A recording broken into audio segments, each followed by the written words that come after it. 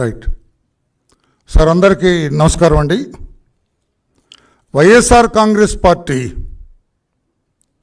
13వ తారీఖున పోలింగ్ జరిగింది.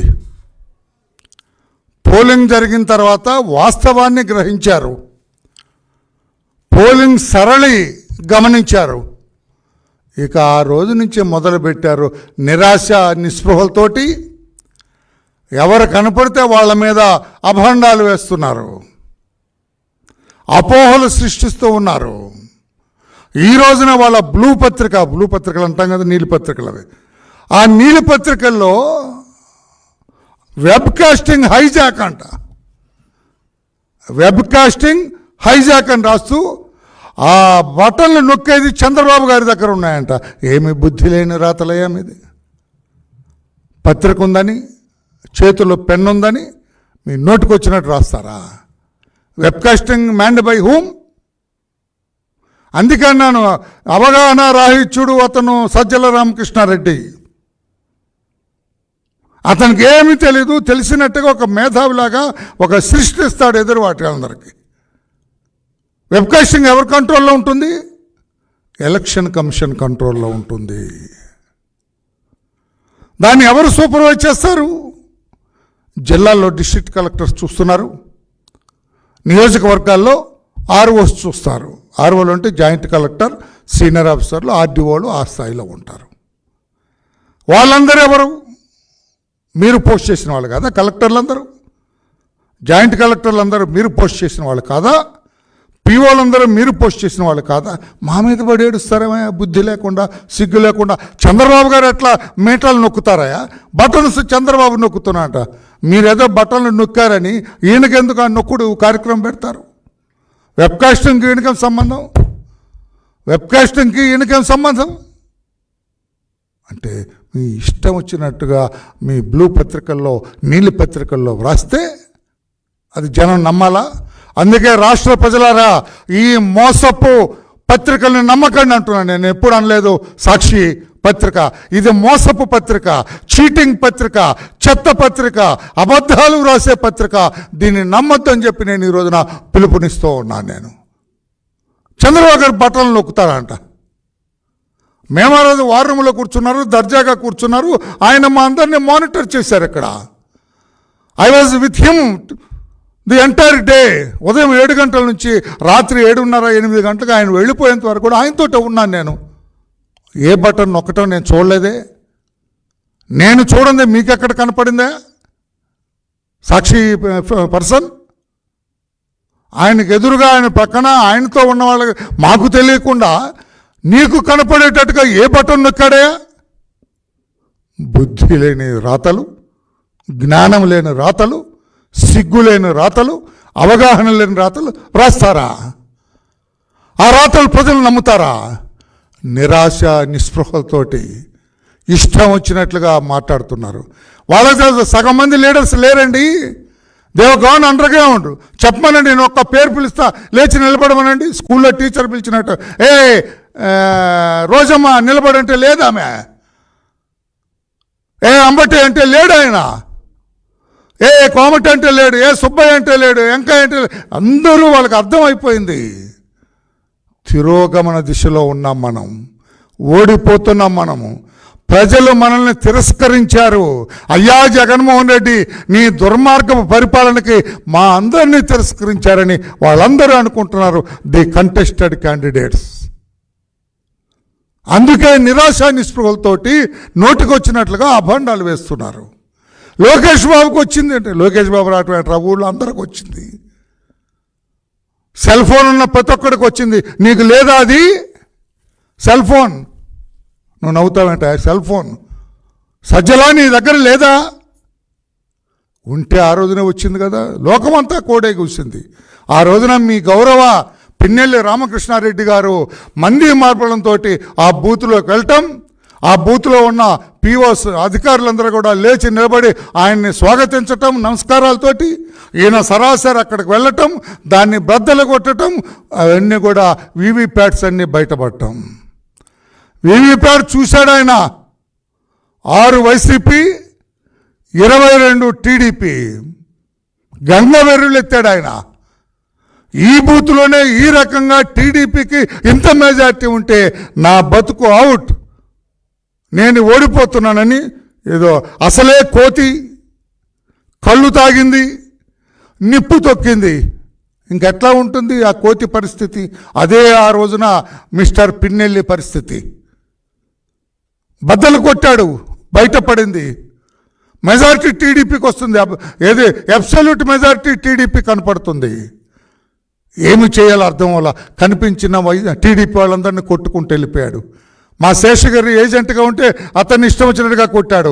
బయటకు వచ్చినంత వీడిని వేసేయండి రా అని చెప్పాడు. వాళ్ళందరూ ఇష్టం వచ్చినట్టుగా కొట్టాడు. అది అటెంప్ట్ మర్డర్ కాదా? అక్కడ ఉన్న పోలీసులు ఏం చేశారండి? గాడిదలుగా, సారీ, అతను ఏం చేశారండి? ఇద్దరు పోలీసులు వేస్తే వాళ్ళు పట్టుకోవద్దండి ఇతన్ని. పట్టుకొని బంధించి పెడరెక్కలు విరిచి కట్టి, తాడుతో కట్టి, లేకుంటే హ్యాండ్ కప్ ఉంటే హ్యాండ్ కప్ వేసి అతను పోలీస్ స్టేషన్కి తీసుకెళ్ళొద్దండి. దగ్గరుండి కారు ఎక్కించి పంపిస్తారా? అది మీ పోలీసులు, నువ్వు నియమించిన పోలీసులు, నీ తాబేదారులుగా పనిచేసిన పోలీసులు. చంద్రబాబు గారికి సంబంధం అండి? ఈ రోజున నీ గత ఏంటి? పరారిలో ఉన్న పోలీస్ అంటే తడుపుకుంటున్నావు నువ్వు. నీ పేరు చెబితే పోలీసులు కూడా ఆ రోజు తడుపుకున్నారు. ఇప్పుడు పోలీసుల పేరు చెబితే నువ్వు నీ తమ్ముడు తడుపుకోవట్లా? ఇంకా మీరు నోటికి వచ్చినట్టు మాట్లాడతారా? నేను అడుగుతున్నా సజ్జల రామకృష్ణారెడ్డి గారిని, ఇంకా నువ్వు ప్రెస్ పెట్టి మాట్లాడే ధైర్యం ఉందా నీకు? వాళ్ళ నాయకుడు అంట వెళ్ళేటప్పుడు అంట 144 వస్తాయిలే అన్నా అని ఈయనకు చెప్పాడంట. ఏంటి 144 వచ్చేది? ఎక్కడ నీకు 144 వచ్చేది? ఇంకా ఎవరిని మోసం చేస్తావు మిస్టర్ చీఫ్ మినిస్టర్? ఇంకా ఎవరిని మోసం చేస్తావు అంటే జారిపోతున్నారు అందరు కూడా. కొన్ని చోట్ల తమ్ముడు నవ్వుతున్నావు, కొన్ని చోట్ల ఏజెంట్గా ఉండటానికి రావటం లేదు కౌంటింగ్కి, తెలుసా మీకు? అది నేను చెబుతాను. ఆ విలేజ్ కూడా, ఆ విలేజ్లో నేను ఆ సెంటర్లో నేను కౌంటింగ్ ఏజెంట్గా వెళ్ళను. ఎందుకు? ఈ పరిస్థితి మీకు ఎందుకు వచ్చింది? అన్ని రోజులు ఒకలాగా ఉంటాయనుకున్నావు. లేదు, ప్రజలు తిరగబడిన రోజున ఒక నిశ్శబ్ద విప్లవం మీకు తెలియకుండా భగ్గుమని మండింది. ఆ రోజున అన్ని పోలింగ్ బూతుల్లో కూడా ఆ నిశ్శబ్ద విప్లవ గొప్పతనాన్ని చూపించారు. నేను ఆ బటన్ నొక్కా, నేను ఈ బటన్ నొక్కా అన్నది ఏమీ లేదండి. ప్రజలకి అభివృద్ధి కావాలా, సంక్షేమం కావాలా, డెవలప్మెంట్ కావాలా, రాష్ట్రం ప్రజాస్వామికంగా నడవాలా, రాజ్యాంగబద్ధంగా నడవాలా, స్వేచ్ఛగా బజార్లకు వెళ్ళే అవకాశం వారికి కావాలా, అర్ధరాత్రి అయినా క్షేమంగా తిరిగి వచ్చే పరిస్థితులు కావాలా? అవి ఉన్నాయా? నేను ఒక మాచల్లో అడుగుతున్న పిన్నెలిని, ఉన్నాయా? క్షేమంగా తిరిగి రాగలడా? మీ తురకా కిషోర్ దెబ్బకి, నీ ఇద్దరు దెబ్బకి ఎవరైనా వస్తారా? కానీ ఇప్పుడు బయటకు వస్తున్నారు జనం అంతా. సాయంత్రం అయితే మాచర్ల సెంటర్లో కూడా జనంతో నిండిపోయింది. ఎందుకు? స్వేచ్ఛా వాయువులు పీల్చుకున్నారు. ఎప్పుడైతే ఈ అన్నదమ్ములు ఇద్దరు పరారులో ఉన్నారో, ఎప్పుడైతే పోలీసులు వీళ్ళు వెంటబడ్డారో, వీళ్ళు అసలు భద్రయ్యలు కాదు, ఉత్తి భద్రయ్యలు అని తెలిసిన తర్వాత జనమంతా కూడా మాచర్లలో వీధుల్లో సరదాగా తిరుగుతున్నారు. చెన్నకేశ్వరుడు గుడి దగ్గర స్వేచ్ఛగా వెళ్తున్నారు, దేవుణ్ణి స్వేచ్ఛగా సందర్శించుకుంటున్నారు. అక్కడ మీరెప్పుడైతే ఒట్టి భద్రయ్యలుగా తేలిపోయారు, పోలీసులను చూసి భయపడి పారిపోయారో, ఎప్పుడైతే దాక్కొని మారు వేషాల్లో తిరుగుతున్నారో, ఎప్పుడైతే కార్లు మారి ఈ కారు ఆ కారు అని ఆటోల్లో రిక్షాల్లో తిరుగుతున్నారో అర్థమైంది ఇది పనిచేసే భద్రయ్య కాదు, ఒట్టి భద్రయ్య అని తెలిసిన తర్వాత ప్రతి కేసులో 307 పెట్టాలా? ప్రతి case you try to kill them, ప్రతి కేసులో యు ఆర్ ది A1. మాచర్లలో రిజిస్టర్ చేసిన, నేను పోలీసుకి చెబుతున్నా, మీరు చిత్తశుద్ధితో ఇన్వెస్టిగేట్ చేస్తే ప్రతి కేసులో the Pinnelli brothers are the A1. ఎన్ని కేసులు రిజిస్టర్ వేసేయండి, చంపేయండి. ఇదేమో ధర్మ పరిపాలన, రాజ్యాంగ పరిపాలన, ఏదన్నా మీ సొంత పరిపాలన? మీ రాజ్యమా అది? మీకు ఎవరు రాసిచ్చారా ఎవరన్నా ప్రజలు? తెలియదే, ఒక కానిస్టేబుల్ అక్కడికి రావాలంటే ఈయన ఎస్ అన్నాడంట. కానిస్టేబుల్ ఎస్పీ పోస్ట్ చేయడు, ఇతను ఎస్ అనాలంట. ఒక ఎస్ఐ రావాలంటే ఇతను కాళ్ళు పట్టుకోవాలంట. ఒక సిఐ రావాలంటే ఈయనకి నెల జీతం కట్టాలంట. ఒక డిఎస్పీ రావాలంటే ఇక సాష్టాంగ పడాలంట. ఏమిటిది కర్మ? అంటే you have created your own domain there, you have created own kingdom there. Doctor BR Ambedkar విరచిత రాజ్యాంగం ఉన్నది ఇక్కడ. తోలు ఒలుస్తుంది రాజ్యాంగం. ఇప్పుడు అదే జరిగింది కదా. ఈరోజు మాచల్లో వెళ్ళగలవను? మాచల్లో నువ్వు ఉండగలవా? మాచల్లో వెళ్ళి రోడ్డు మీద టీ తాగలవా? This is Indian constitution. ఇది భారత రాజ్యాంగం. ఇది తోలు ఒలుస్తుందని కొద్ది రోజులే నడుస్తుంది ఇటువంటిది. ఆట్టే కాలం నడవదని చెప్పి బుద్ధి చెప్పింది. మిగతా వాళ్ళని తాడిపత్రి వాళ్ళకి, తిరుపతి వాళ్ళకి, ఇంకెక్కడెక్కడ అనంతపురంలో వాళ్ళకి, నీ జాతి వాళ్ళకి, జాతి అంటే నాట్ క్యాస్ట్, నీ రకంగా నీ విధంగా వ్యవహరించే వాళ్ళందరికీ నీ జీవితం ఈ రోజున గుణపాఠం. మాచల్లో వెళ్ళటానికి లేదని ఈ బహిష్కరణ ఒక గుణపాఠం. రౌడిజం చేసే వాళ్ళకి, దౌర్జన్యం చేసే వాళ్ళకి, ప్రజల్ని భయభ్రాంతులకు గురి చేసే వాళ్ళందరూ కూడా ఈ రోజున పిన్నెల్లి రామకృష్ణారెడ్డి జీవితం ఒక గుణపాఠం అని చెప్పి నేను తెలియజేస్తున్నా. ఇండియన్ కాన్స్టిట్యూషన్ సుప్రీం, ఇండియన్ లా बहुत लंबी है, कानून का हाथ बहुत लंबी है. నీకు తెలుసు కదా ఉర్దూ, లంబీ అనకూడదా? बहुत लंबा है, పక్కడితే కామవుతుంది. నువ్వు ఎక్కడున్నా కూడా పట్టుకుంటుంది. అయిపోయి నువ్వు అక్కడ ఫామ్ హౌస్లో ఉన్నావు, అక్కడ ఉన్నావు, ఎక్కడ కార్లు ఎక్కావు, ఈ కారు నుంచి అటు వెళ్ళావు, ఆ కారు నుంచి ఇటు వెళ్ళావు, ఆటోలు వెళ్ళావు, ఎక్కడున్నా వదిలిందా నేను? తోలు తీసి పట్టుకొచ్చింది. ఇప్పుడు మాచల్లో ఏదైతే నా సామ్రాజ్యం అనుకున్నావో ఆ మాచల్లో నేను అడుగుపెట్టనివ్వలేదు. ఇది వీటిని దాటి ఎక్కడికి వెళ్తావు? అందుకే నేను అంటున్నా, మిస్టర్ సజ్జల రామకృష్ణారెడ్డి చిరునవ్వుతో ఆనందంగా ఓటమిని అంగీకరించాలా. ప్రజలు మనల్ని తిరస్కరించారు, ప్రజలు మనల్ని వద్దనుకున్నారు అని బంగారు పళ్ళెంలో పెట్టి అధికారాన్ని మీరు చంద్రబాబు నాయుడు గారికి ఇవ్వాలా. That is the situation here. మాచలలో 202 బూతులనే మీ పరిస్థితి అలాగ ఉంటే మిగతా చోట్ల ఎలా ఉంటుంది? అదే ఎందుకైనా నిశ్శబ్ద విప్లవం. ఈ విప్లవం మీ పార్టీని కాలు కిందేసి తొక్కింది. ఇప్పుడప్పుడే లేచేది లేదు. ఆ రాజ్యాంగము, ప్రజాస్వామ్యము అనే ఇనుప పాదం మీ పార్టీని తొక్కేసింది. ఏ మిస్టర్ నై చల్తా హై ఐసా హైతో, ఇట్లా అయితే కుదరదు మిస్టర్ అని చెప్పింది రాజ్యాంగం. అందుకే రాజ్యాంగబద్ధంగా నడుచుకోరని చిలక్క చెప్పినట్టు చెప్పాను నేను ఆ జగన్మోహన్ రెడ్డి గారికి. వయసులో పెద్దవాడుగా చెబుతున్నాను, జగన్మోహన్ రెడ్డి గారు మీరు రాజ్యాంగాన్ని అట్లా తిరస్కరించకండి, మీ సొంత రాజ్యం కాదండి అని చెప్పా. విన్నాడా?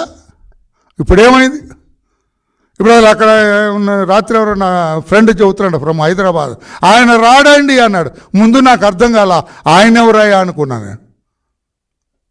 ఆయన ఎవరా అంటే చెప్పాడు, ఆయన రాడండి అంటున్నాడు. ఎవరో చెప్పరా బాబు అంటే ముసిముసి నవ్వులు నవ్వి చివరికి చెప్పాడు జగన్మోహన్ రెడ్డి గారు, పోవా ఎందుకు రాడయ్యా, ఆయన ఆస్తులన్నీ ఇక్కడ ఉంటే అక్కడేం తక్కువ ఉన్నాయా అన్నాడు. సరే ఏదేమో నాకు తెలిసి వస్తున్నాడు, ఈజ్ కమింగ్. అతను మావాడు చెప్పింది అబద్ధం. బట్ ఆయన అక్కడేదో పెద్ద బంగ్లా కొన్నారని, అక్కడే శ్రీనివాసం ఏర్పరచుకుంటాడని, ఈ ఆంధ్రప్రదేశ్ ఆయనకి గెట్టదని, రేపు 4వ తారీఖు తర్వాత నిర్ణయం తీసుకుంటాడని అన్నారు. అది అతని సొంత విషయం, స్వవిషయం కనుక నేను ఇంటర్ఫియర్ అవ్వను. మా నాయకుడు మాత్రం తిరుగు టికెట్ కూడా నాకు తెలిసి వచ్చేస్తున్నాడు. ఆయన 27వ తారీఖు నైట్, ప్లీజ్ 20వ తారీఖు నైటే మా నాయకుడు ఇక్కడికి వచ్చేస్తున్నాడు. మా నాయకుడి గురించి మేము వెళ్ళేవారు. మీ నాయకుడు వస్తున్నాడు లేదో మీరు చెప్పాలి, నాకు తెలియదు. అందుకే అడుగుతున్నా, అన్ని రోజులు ఒకలాగా ఉండవు, అన్ని కాలాలు ఒకలాగా ఉండవు. అందుకనే గీత దాటి పరిధి దాటి వెళ్ళొద్దన్న. ఏ పోలీసులు అయితే పిన్నెల్లి రామకృష్ణారెడ్డి గారికి సలాములు కొట్టారో ఆ పోలీసులు లాఠీలు చలిపించి అతన్ని బాధటానికి సిద్ధంగా ఉన్నారు మాచర్లలో. తమ్ముడు నీకు అర్థం అవ్వలేదు కదా, మరలా చెబుతాను నేను. ఏ పోలీసులు పిన్నెల్లి రామకృష్ణారెడ్డి అనే ఎమ్మెల్యేకి సలాములు కొట్టారో, సెల్యూట్లు చేశారో, అదే పోలీసులు మాచర్లలో లాఠీలు పట్టుకొని సిద్ధంగా ఉన్నారు ఇతను వస్తే వీపు వాయ కొట్టడానికి. అర్థమైందా? ఇప్పుడు పోలీసులు ఎప్పుడు చిరకాలం మీతో ఉంటారనుకున్నారు? ఉండరండి. చట్టానికి అనుగుణంగా నడుస్తారు. ఈ రోజున మాచర్లలో ఉన్న నియోజకవర్గంలో పోలీస్ అంతా కూడా no will go by law అంటున్నారు. చట్టబద్ధంగా నడుస్తారు. అతనెవరు పిన్నెల్లి? ఎమ్మెల్యే అయితే మాకేంటి అంటున్నారు. ఇప్పుడు అడగండి మీరు ఫోన్ చేసి. You talk to any police from Macherla. MLA అయితే మాకేంటి, పిన్నెల్లి అయితే మాకేంటి, చట్టం ప్రకారం తోలు ఒలుస్తామంటున్నారు. అందుకే రాజ్యాంగం సుప్రీం. భారతదేశ రాజ్యాంగం ప్రపంచ రాజ్యాంగాలను పిన్నెల్లి గారు, సజ్జల గారు, భారతదేశ రాజ్యాంగం ప్రపంచ దేశాల్లోనే అత్యున్నతమైన రాజ్యాంగము. రిటర్న్ వ్రాతపూర్వక రాజ్యాంగాలన్నింటిలో భారతదేశ రాజ్యాంగం అత్యున్నతమైనది, అత్యుత్తమమైనది. మీకు తెలుసో లేదని మరొకసారి ఉటంకిస్తున్నానంటే చెబుతున్నాను అన్నది. Is it clear for you? అందుకే ఏదో అది హైజాకు ఇది హైజాక్ అనొద్దు. సిఎస్ ఎవరండి? చీఫ్ సెక్రటరీ జవహర్ రెడ్డి గారు. మన అబ్బాయి కాదు, మన మనిషి కాదు, మనం ఏం చెబితే చెప్పే మనిషి కాదు. చంద్రబాబు గారు హైజాక్ చేసి బట్టలు నొక్కుతుంటే సిఎస్ ఊరుకుంటాడా? మీ మనిషి. అక్కడ ఉన్న పిఎస్ఆర్ ఆంజనేయులు ఎవరండి? ఆయన ఏ పొజిషన్లోనే ఉన్నాయి. మీ మనిషి కాదు. చంద్రబాబు గారు ఈ వెబ్కాస్టింగ్ని హైజాక్ చేసి బటన్ నొక్కుతుంటే పిఎస్ఆర్ ఆంజనేయులు గారు ఊరుకుంటారా? రాజేంద్రనాథ్ రెడ్డి గారు మాజీ డీజీపీ, ఇప్పుడు ఏసీబీ చీఫ్. చంద్రబాబు గారు వెబ్కాస్టింగ్ బటన్స్ నొక్కుతుంటే ఆయన ఊరుకుంటారా?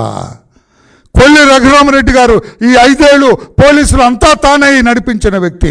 చంద్రబాబు గారిని కేసు లేకపోయినా కూడా సృష్టించి అరెస్టు చేసి 52 రోజులు జైల్లో పెట్టిన ప్రధాన కారకుడు కొల్లి రఘురామరెడ్డి గారు. చంద్రబాబు గారు వెబ్కాస్టింగ్ మీటలు నొక్కుతుంటే చూస్తూ ఊరుకుంటాడా? సజ్జల రామకృష్ణారెడ్డి గారు బుద్ధి లేని రాత కాదు మీ పత్రికలో? ఏం తమ్ముడు, బుద్ధి లేని రాత కాదు? నువ్వు గట్టిగా రాయి రేపు నీ పత్రికలో. బుద్ధి లేని వ్రాత రాసిన ఈ పత్రికని రాయి. లేదు నిజమంటూ అప్రూవ్ ఇట్ అంటే పిచ్చి వ్రాతలు రాసి జనంలోకి పంపుతారా? మా మధ్యలో సరదాగా ఆ రోజున పోలింగ్ అంతా అబ్జర్వ్ చేస్తున్న వార్ రూమ్లో కూర్చున్నారు మా నాయకుడు. అందుకని ఇటువంటి అబద్ధాలు మాట్లాడదు. ప్రభుత్వం మీది, అధికారం మీది. ఈరోజు కూడా who chief minister of the Andhra Pradesh now on today? Your leader mister Jaganmohan Reddy is the chief minister. Who is chief secretary? Your own person. Who is DGP? ఆయన ఉన్నారు. ఆయన చట్టబద్ధంగా చేసుకున్నారు. ఆయన తీశారు కనుక ఆయన పక్షపాతం తీశారు. ఈయన నిష్పక్షపాతాన్ని ఇతను పెట్టారు. నాకు తెలిసి నిష్పక్షపాతంగానే చేస్తున్నారు. మరి ఇంకెక్కడ పోతే కొల్లి రఘురామరెడ్డి గారు ఊరుకుంటారా? మీటలు నొక్కితే పిఎస్ఆర్ ఆంజనేయులు గారు ఊరుకుంటారా? రాజేంద్రనాథ్ రెడ్డి గారు ఊరుకుంటారా? ఆ మాచర్లో ఉన్న వాళ్ళు ఊరుకుంటారా? ఎక్కడున్న మీ మనుషులు ఊరుకుంటారా? ఇది అబద్ధం మాటే కదా, అసత్యం మాటే కదా, అవగాహన లేని మాటే కదా, బుద్ధి లేని రాతే కదా. ఒప్పుకోండి. సారీ అండి, మాకు తెలియక రాశాం వరలరామయ్య గారు, వెరీ సారీ. చంద్రబాబు గారికి కూడా మా తరఫున క్షమాపణ చెప్పండి అని అనండి. మీకేమైనా నైతిక విలువలు ఉంటే మాకెక్కడ చచ్చాయి నైతిక విలువలు అంటారా? మీ ఇష్టం. Thank you. Any question on this?